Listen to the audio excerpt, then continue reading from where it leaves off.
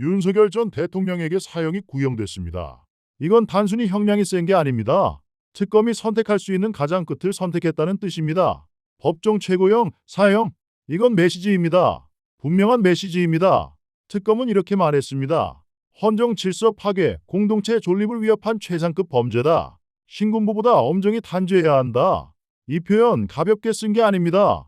특검은 이 사건을 단순한 정치적 일탈이 아니라 체제에 대한 공격으로 규정했습니다. 여기서 중요한 장면 하나를 짚어야 합니다. 윤석열 혼자만 사형을 구형받았습니다.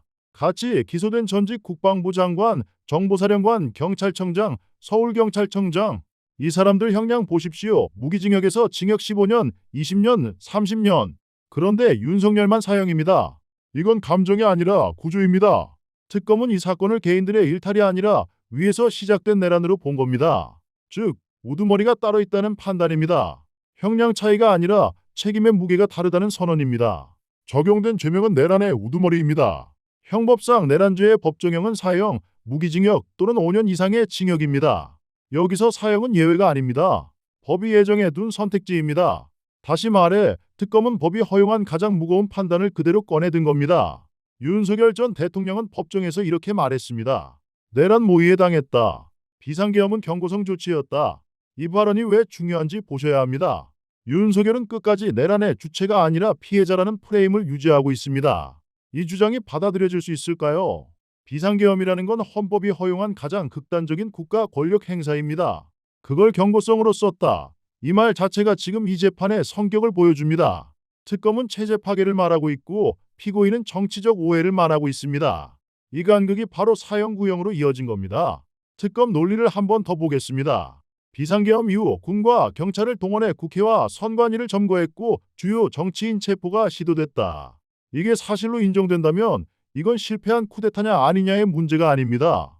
시도 자체가 내란입니다. 결과가 아니라 행위가 기준입니다. 여기서 많은 분들이 이렇게 묻습니다. 사형까지 가야 하느냐? 어차피 한국은 사형을 집행하지 않지 않느냐?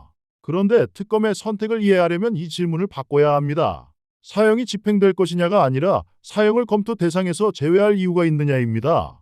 헌정 질서를 무너뜨린 최고 권력자에게 법이 허용한 최고형을 아예 꺼내지 않는다면 그게 오히려 특혜라는 주장도 가능합니다. 과거 사례를 보겠습니다.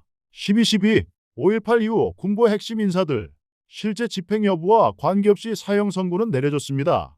국가는 헌정 질서 파괴에 대해 이 정도 무게로 판단한다는 선언이었습니다. 지금 특검의 선택은 그 역사적 선례 위에 서 있습니다. 또 하나 중요한 지점이 있습니다. 특검은 신군부보다 엄정히 단죄해야 한다고 했습니다. 이 말의 의미는 분명합니다. 과거에는 총을 들고 쿠데타를 했고 지금은 헌법과 제도를 이용해 권력을 장악하려 했다는 판단입니다. 방식은 달라졌지만 위험성은 더 크다고 본 겁니다. 그래서 윤석열에게만 사형을 구형한 겁니다. 공범들은 중형, 우두머리는 최고형, 이건 형사법 논리로도 일관됩니다. 조직범죄에서 우두머리에게 가장 무거운 책임을 묻는 것과 같습니다. 이제 남은 건 법원의 판단입니다. 남은 피고인들의 최후 진술이 끝나면 2월 내 선고가 예상됩니다. 아직 판결은 나오지 않았습니다. 하지만 구형만으로도 이미 하나의 선은 그어졌습니다. 윤석열 사형 구형은 감정적 분노의 표현이 아닙니다. 특검이 이 사건을 어떤 범주에 놓고 있는지를 보여주는 분류 작업입니다. 이건 개인 범죄가 아니라 체제 범죄라는 분류입니다. 사형 구형이 나온 이상 이제 다음 질문으로 넘어갈 수밖에 없습니다. 법적으로 이게 가능한가? 그리고 과거에도 이런 판단이 있었는가입니다. 감정 말고 법과 사례로 보자는 얘기입니다. 먼저 법부터 봅시다. 내란죄는 형법이 정한 최상급 범죄입니다. 형법 제87조와 제91조 체계에서 내란의 우두머리는 사형, 무기 또는 5년 이상의 징역으로 규정돼 있습니다. 여기서 중요한 건 선택지가 이미 계단식으로 놓여 있다는 점입니다. 사형은 예외가 아니라 가장 위에 놓인 정상적인 법정형입니다. 그럼 이런 반론이 나옵니다. 최고형이 있다고 해서 항상 최고형을 써야 하느냐? 맞는 말입니다. 형벌은 비례 원칙을 따져야 합니다. 그래서 과거 사례를 봐야 합니다. 우리 현대사에서 내란과 쿠데타는 낯선 범죄가 아닙니다. 12.12 군사반란, 5.18 사건들에서 핵심 책임자들은 사형을 선고받은 사례가 있습니다. 이후 감형이나 사면으로 집행이 이루어지지 않았다는 점은 별개의 문제입니다.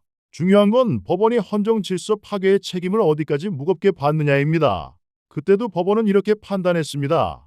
총을 들고 국가 권력을 찬탈하려 한 행위는 일반 살인이나 강도보다 무겁다. 개인의 생명 피해보다 국가 질서 전체를 무너뜨리는 범죄로 본 겁니다. 그래서 사형이라는 판단이 법정 안에서 가능했습니다. 이 논리를 지금 사건에 대입해 보겠습니다. 총과 탱크 대신 무엇이 사용되는가? 군과 경찰이라는 국가 권력입니다. 비상계엄이라는 헌법적 수단입니다. 물리적 쿠데타가 아니라 제도를 이용한 권력 장악 시도라는 평가가 나오는 이유가 여기에 있습니다. 특검이 신군부보다 엄정히 단죄해야 한다고 말한 맥락도 여기서 이해됩니다. 과거에는 총칼로 드러나게 했고 지금은 헌법과 법률의 외피를 쓰고 했다는 판단입니다. 형식은 합법을 가장했지만 실질은 헌정 질서 파괴라는 겁니다. 여기서 다시 윤석열의 지위를 봐야 합니다. 전직 대통령입니다. 국가 권력의 정점에 있었고 군 통수권자였고 헌법 수호 의무를 진 사람입니다. 형법에서 지위는 형량 판단의 중요한 요소입니다. 같은 범죄라도 지위가 높을수록 책임은 무거워집니다. 그래서 공범들과 형량이 갈립니다. 국방부 장관, 정보사령관, 경찰청장 모두 중형을 구형받았지만 사형은 아닙니다. 특검은 이 사람들을 실행 또는 가담자로 본 겁니다. 반면 윤석열은 계획과 결정의 중심, 즉 우두머리로 봤습니다. 이게 형법 논리입니다. 그렇다면 무기징역은 왜 부족하다고 봤을까? 이 질문이 핵심입니다. 무기징역도 충분히 무거운 형벌입니다. 그런데 무기징역은 개인의 자유를 박탈하는 처벌입니다. 사형은 체제에 대한 범죄라는 낙인을 찍는 처벌입니다. 법적 의미가 다릅니다. 특검은 이 사건을 개인의 일탈이나 권력남용으로 규정하지 않았습니다. 헌법을 중단시키고 입법부와 선거기관을 무력으로 통제하려 한 범죄로 규정했습니다. 이 분류가 유지되는 한 무기징역보다 사형이 더 논리적으로 맞는 선택이 됩니다. 물론 반대 논리는 존재합니다.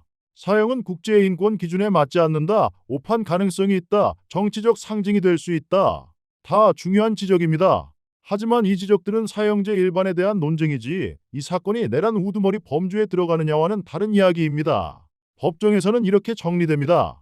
사형제가 합헌인가? 헌법재판소는 두 차례 모두 합헌이라고 봤습니다.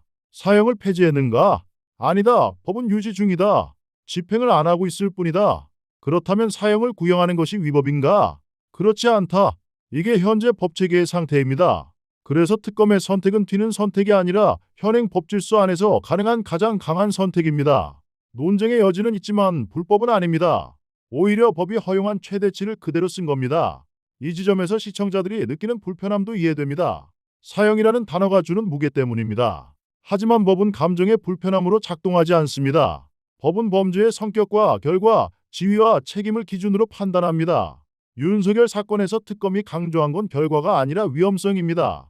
실제로 얼마나 성공했느냐가 아니라 성공했다면 국가가 어떻게 됐을지를 기준으로 봤다는 겁니다. 이 기준을 적용하면 최고형을 검토하지 않는 게 오히려 이상해집니다. 결국 이 사형 구형은 이렇게 정리할 수 있습니다. 감정적 보복이 아니라 내란 우두머리라는 죄명에 가장 충실한 선택. 과거 판례와 현행 법률을 기준으로 했을 때 배제할 수 없는 선택지. 이제 다음으로 넘어가야 할 질문은 이것입니다. 법원이 이 논리를 얼마나 받아들일 것인가? 사형, 무기징역 혹은 다른 중형 중에서 어떤 판단을 내릴 것인가? 그리고 그 선택이 앞으로 권력자들에게 어떤 기준으로 남을 것인가? 이제 마지막으로 봐야 할 건 법원이 실제로 어떤 선택을 할 수 있느냐입니다. 사형 구형이 나왔다고 해서 곧바로 사형 선고로 이어진다고 단정할 수는 없습니다. 하지만 동시에 사형이 형식적인 제스처에 불과하다고 치부하는 것도 현실을 너무 단순화한 겁니다. 법원이 선택할 수 있는 길은 크게 세 갈래입니다. 사형을 그대로 선고하는 경우, 무기징역으로 낮추는 경우, 그리고 유기징역 최고형으로 가는 경우입니다. 이 중에서 마지막 선택지는 사실상 가능성이 낮습니다. 내란 우두머리 혐의가 인정되는 순간 10년, 20년 같은 형량은 법리적으로 설명하기가 거의 불가능해집니다. 그래서 핵심은 사형이냐, 무기징역이냐입니다. 이 둘의 차이는 단순히 생명의 박탈 여부가 아닙니다. 사형은 이 행위를 헌정 질서 파괴의 정점에 둔다는 선언이고 무기징역은 그보다 한 단계 낮은 판단입니다.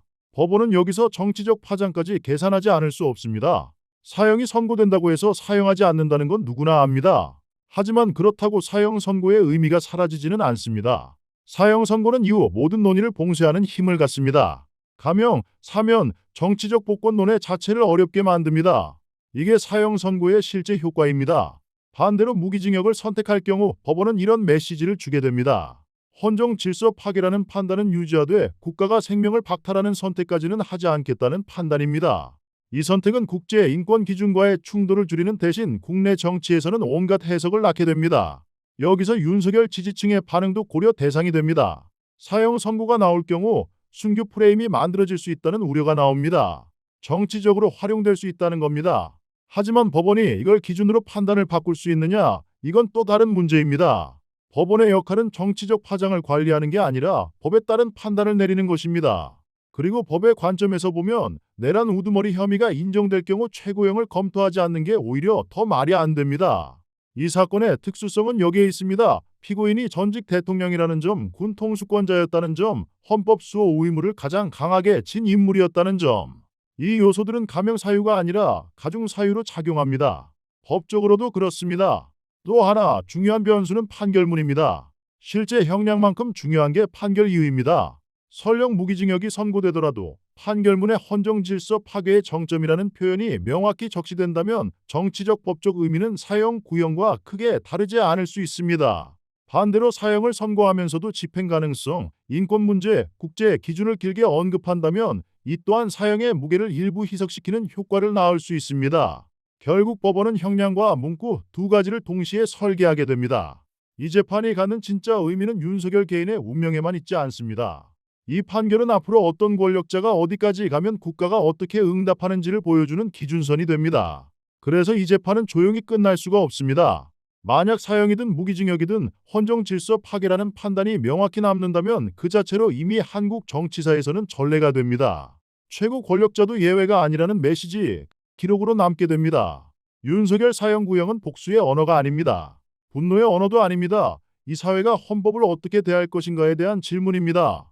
헌법을 흔든 대가가 어디까지인지, 그 선을 어디에 그을 것인지에 대한 선택입니다. 이제 선택은 법원의 몫입니다. 어떤 판단이 나오든 이 사건은 오래 남을 겁니다. 그리고 우리는 그 판결을 두고 정의가 무엇인지, 권력이 무엇을 해서는 안 되는지 다시 한번 논쟁하게 될 겁니다. 여기까지입니다. 이제 남은 건 판결입니다. 그리고 그 판결이 남길 기록입니다.